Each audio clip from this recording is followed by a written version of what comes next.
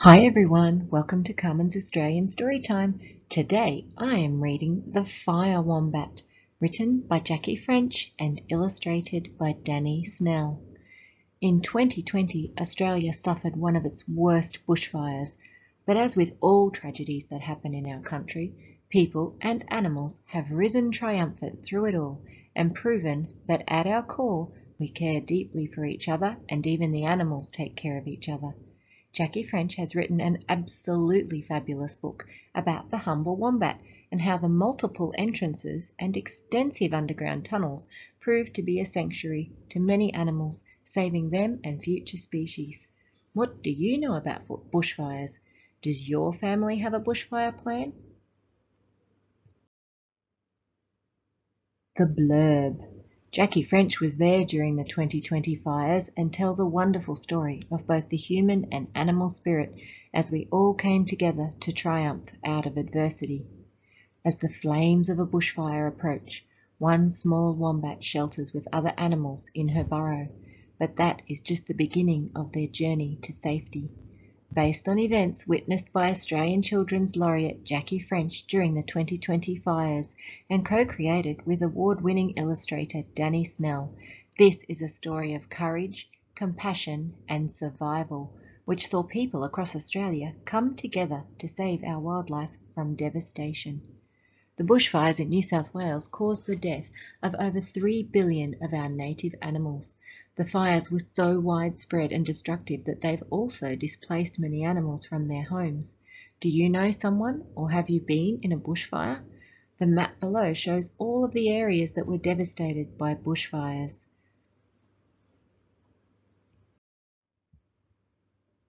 Early morning. Earth is mourning. Breathing heat, brown leaves and smoke. Morning and morning sound the same but mean different things. Can you explain their different meanings? We call words like this homophones. The monster called a bushfire woke. Grey sky became its scarlet cloak. The bushfire was like a monster waking in a rage, and the fire and the smoke covered the sky like a cloak or jacket covers your body. We call this a metaphor. Fire's hunger swallowed day, colour lost to black and grey. Trees grew flickering flame-red hair. The wombat smelled the ash-thick air. I can hear some rhyming words. Sometimes these words sound the same but are spelt differently, like day and grey, and sometimes they have the same spelling, like hair and air has the A-I-R at the end. Other creatures woke and fled, spurred by age-old pounding dread. A bounding tide of kangaroos, a screaming flock of cockatoos. Goannas dug in termite mounds, echidnas scratched dirt all around. The only safety, underground. When we refer to groups of things, we often use a collective noun word to identify the type of group. Nouns such as a pride of lions or a gaggle of geese. Below, you can see a bounding tide of kangaroos, and the common collective noun for this would be a mob. They are all bounding together like the waves rolling in on the tide. The cockatoos are screaming together, and we refer to these birds as a flock. I love the descriptive language being used to describe the panic the animals would be feeling. What other words would you use? That was where the wombat fled. Others followed where she led, to ancient tunnels cool and deep, where even bushfire's breath can't creep. Wombats are truly fascinating creatures. These marsupials can create tunnels underground that are up to 200 meters long and have multiple entrances and exits. They are herbivores and can run up to 40 kilometers an hour. A unique feature of these animals is that their poo is square-shaped. Scientists believing that they do this to mark their territory and the poo won't roll away. Disgusting. The world was flame, the air was black, strangers yet all huddled back. No one growled or tried to bite all through that fire-eaten night. Sky blazed red as they crept out, gazed unbelieving all about. Everything they'd known was grey, a crumbling ash and smoke-smudged day. Just like humans band together in a crisis, it seems the animals do as well. Thankfully, due to their extensive warrens, the wisdom of wombats provide, the animals are all able to find a place of sanctuary from the intense heat and flames. The fire itself would have been so terrifying, but on top of that, there is now no food or water and the air is hard to breathe. How do you think the animals would be feeling if they could tell you? Can you draw or write these emotions? Burning paws and sun-crazed heat. No trees, no grass, no food to eat. The little wombat sniffed the air. Was there water anywhere? Stumbling through charcoal and pain, up the mountains, down again, days and nights of growing weak. Then, at last, a stone-dry creek. Something in a wombat's favour is their extraordinary digestive system. They can take 8 to 14 days to digest their food, which actually protects them during conditions like fire, as they can survive quite a long time without water. They also like to sleep a lot due to their slow metabolism, and they only graze a few hours a night, unlike kangaroos that can spend up to 18 hours eating. How many hours a day do you spend eating? Head on paws, she closed her eyes, awoke to crashing from the skies, and found her nose near drinking water, dried grass roots and other fodder. She crept upon her charcoaled feet to find the strange food good to eat. Human intervention is sometimes critical to the survival of animals, particularly when many of the disasters that happen to our native animals are a direct result of the humans in the first place. Each generation has a responsibility to care for the environment and animals, protecting them and ensuring their existence for the next generation. What can you do to care for your local environment and the animals within it?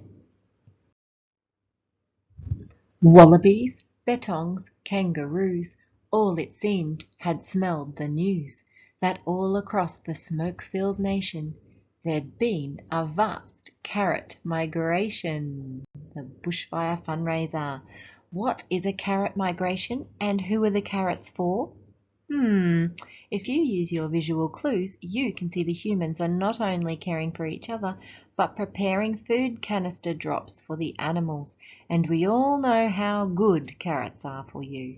This is one of my favourite pages in the whole book. I love to see humans helping humans, and animals too. Others flourished, though trees drooped, goannas feasted, eagles swooped, grass trees blossomed, feeding bees, native mice carried seeds, kookaburras, currawongs, slowly the bush regained its songs. Although these fires were some of Australia's worst, the exciting and most wonderful event now is the rejuvenation of these forests. Humans are assisting this process by planting thousands of trees and creating nesting boxes for animals that had been displaced. Signs of life are reappearing across Australia once again. Could you plant a tree somewhere or build an insect home or a nesting box? Until at last clouds tumbled high, once again a dull grey sky. But now the weeping sky gave rain, sweeping off black fire's stain, the monster's heat and all its slaughter, defeated by the power of water. New leaves erupted from burned roots, black seeds blossomed with green shoots. Her burrow could again be home, and so she walked, but not alone. The sight of rain must be wonderful after such devastation from fire. I love the way Jackie French weaves her words to accurately describe the power of water, not only to quench the monster, but provide the nutrients needed for the roots to erupt with growth. Can you think of another way to describe the fire and the rain? Australian animals are adapted to bushfires. Koalas curl at the tops of the tallest trees, usually safe as the flames burn the bark and leaves below. Bats wake at the scent of smoke. Lizards know to find rock crevices. Echidnas burrow down and scratch up dirt to cover the skin under their protective quills. Many Australian animals can slow their metabolisms to sleep until the fires have passed, then seek out unburnt gullies. But in the Australian bushfires of 2019 and 2020, whole trees exploded when the flames hit. The losses were so vast that there was no food for the few survivors to find. Wild animals needed human help so that even more species didn't become extinct. Those animals still need to stay wary of humans, or they may follow people or cars hoping for food. The wrong food or polluted water can also kill them. If you want to help wildlife after disasters, donate to a wildlife charity or join a group that can train you in animal care. We humans have taken so much of the earth. Unless we create safe refuges for animals, our planet will soon become silent, except for the sounds of humans.